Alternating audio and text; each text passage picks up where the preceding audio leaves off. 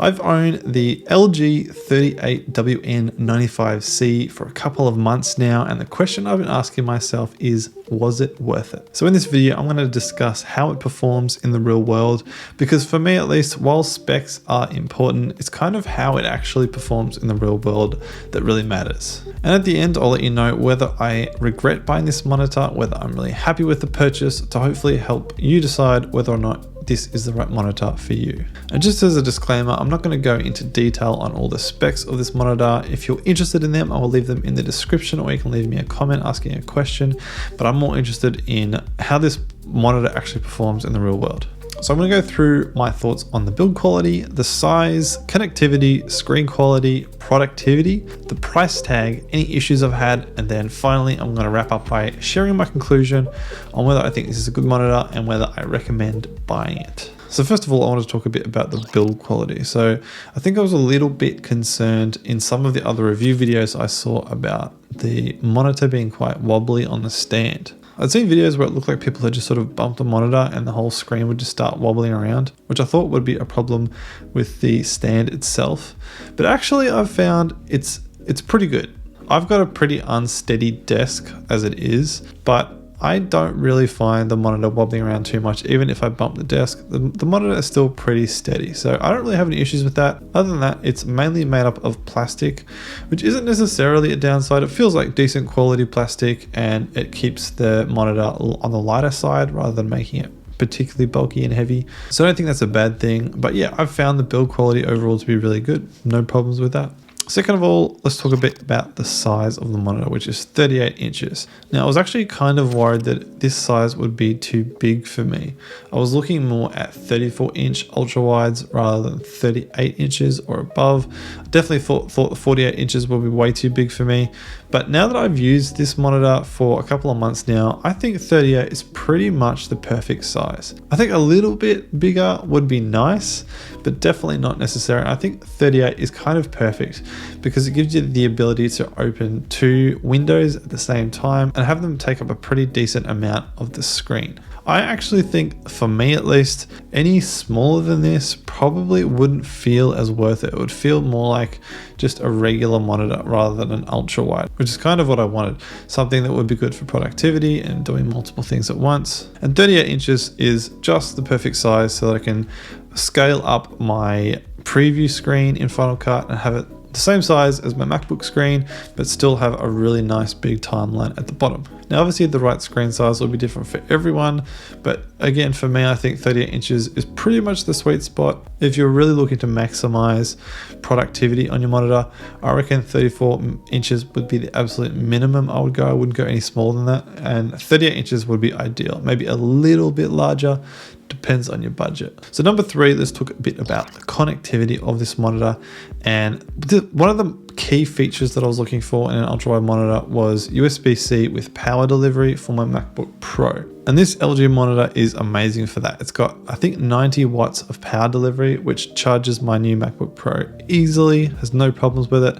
And then obviously displays the video signal over the same cable, which is super convenient. So I've literally got a one cable setup, plug it straight into my MacBook, and it's all good to go. It's obviously also got DisplayPort and HDMI, but I don't use these because I just use the USB-C. And then it only has 2 USB-A ports, which is fine, but it would have been nice if there would have been a couple more and maybe 1 or 2 underneath the screen, just because I do actually find myself using them as kind of like an extra USB hub, because anything that you plug into those USB-C ports will then be connected to your computer. And this is just super handy, especially considering the fact that my MacBook doesn't have any USB-A ports. Having the extra 2 in the monitor is really nice, but they are kind of hard to reach. And like I said, there's only 2, so you can only put a limited number of things in there. Again, I think for the price, it would have been nice to have a couple more USB-A or even USB-C ports. So next up, let's talk a bit about the screen quality. And obviously that's kind of probably the most important feature of the entire monitor is the screen quality. And I've definitely been super happy with it. It's got 144 Hertz of refresh rate, which is really nice. But to be honest, it depends what you're going to use the monitor for. I mainly use it for video editing and then work stuff. So the 144 Hz is kind of wasted on me because I don't play a lot of games on this monitor. When I have played games, it's really nice. It's super smooth. But honestly, if you had something more like 70 Hz and you're not a super intense gamer, you probably won't notice the difference. Even if you just got 100 Hz, it'd be quite nice for just browsing the web with smooth scrolling and that kind of thing. But yeah, the 144 is nice to have, but it's not a deal breaker if you find a monitor that suits you better, it's cheaper, and it doesn't have as high a refresh rate. Now, the PPI of this monitor is 110. Now, I was a bit concerned when I got it because I'm coming from a history of MacBooks with Retina displays, and so I thought maybe it would look a little bit pixelated and kind of be annoying. And to be fair, I think it's definitely not as sharp as a Retina display. It's obviously hard to show on camera, but it's still really sharp, really crisp, looks really nice. I don't have any complaints, especially if you're sitting a little bit back from it. I tend to sit maybe about a meter back from the monitor. I think if I was any closer than that, I'd start to notice the pixels a little bit. But the distance I'm at, it's really nice, honestly. I don't find it a problem at all coming from a Retina display over to this. I don't feel like it's a downgrade. It feels still just as nice. So I think it would be nice if it was a little bit sharper, if it was more like a Retina display, but honestly, you won't notice. And it's definitely still really nice. And it also gets up to 450 nits of brightness, which I find is pretty much just right. I think any dimmer than that, I might struggle a little bit. I've got a big window behind me, which you can probably see. And in the daytime, a lot of light comes through there and it does cause a little bit of glare on the screen. So I think if it was any dimmer, it might become a little bit hard to see what's on the screen. But again, this was a key feature for me. I was looking for something that was at least 400 nits, maybe at least 350 nits of brightness, because I was aware that I work in a well-lit office environment. And of course, as someone who edits videos pretty regularly, color accuracy is really important to me. So this is a 10-bit monitor and it's got 98% coverage of DCI-P3. So again, specs wise, it's really color accurate for what it is. But in the real world, can I tell the difference that it's color accurate compared to another monitor? Not really. I'm not that well trained when it comes to color. I think if it was like 95% color accurate, I probably wouldn't be able to tell the difference between the two. The fact that it is 10-bit is really nice, and all the colors look really vibrant and bright. And of course, it's IPS, so it's great for that kind of thing. But I think unless you're doing like super professional color work when it comes to photography or design or video, again, maybe you don't need 98%, 100% accuracy. Maybe 90 to 95% is good enough. But yeah, all that to say, I found the color to be really good. So the next area that I wanted to talk a bit about was productivity. Now, like I said earlier, productivity was kind of one of the main reasons why I wanted to buy this monitor. I wanted to be able to do more things at once. And I think the reality is, ultra wide monitors don't really make you more productive. Maybe that's kind of controversial to say, but like I've said before in previous videos, I think I mentioned it in my MX Master review, gear itself doesn't really make you more productive. You're kind of already productive or not. It depends on your motivation levels, whether or not you're going to get the work done. I find some days I'm definitely not motivated. I don't get any work done. Doesn't matter how nice of a monitor I've got. But I think the thing with this is that it makes the whole experience of working just that little bit nicer, and it does shave off seconds of time for each project that you do. It doesn't shave off hours of time. You're not being that much extra productive. But for example, when I'm editing in Final Cut, everything is just really easily in reach. It's all visible. I can see everything. I don't have to go searching around different menus to find different effects and that kind of thing. So I save a couple of seconds here and there, and throughout a project, I might save a few minutes, which again, I kind of like to edit a lot of videos. I do edit a lot of videos, so it makes sense. It will save me a bit of time over the course of an extended period of time. I think it's just the fact that, like I said, if you've got work to do, it will make it that much easier to do, and I'm all about reducing all the friction possible so that doing work is just as easy as it possibly can be. All right, so let's talk about the price tag a bit, because I've seen online a lot of people say that this is kind of an expensive monitor for what it is, and I think I probably agree with everyone. I think in Australia it retails for between $1,600 on sale up to about $2,000 full price, so it's definitely not a super cheap monitor.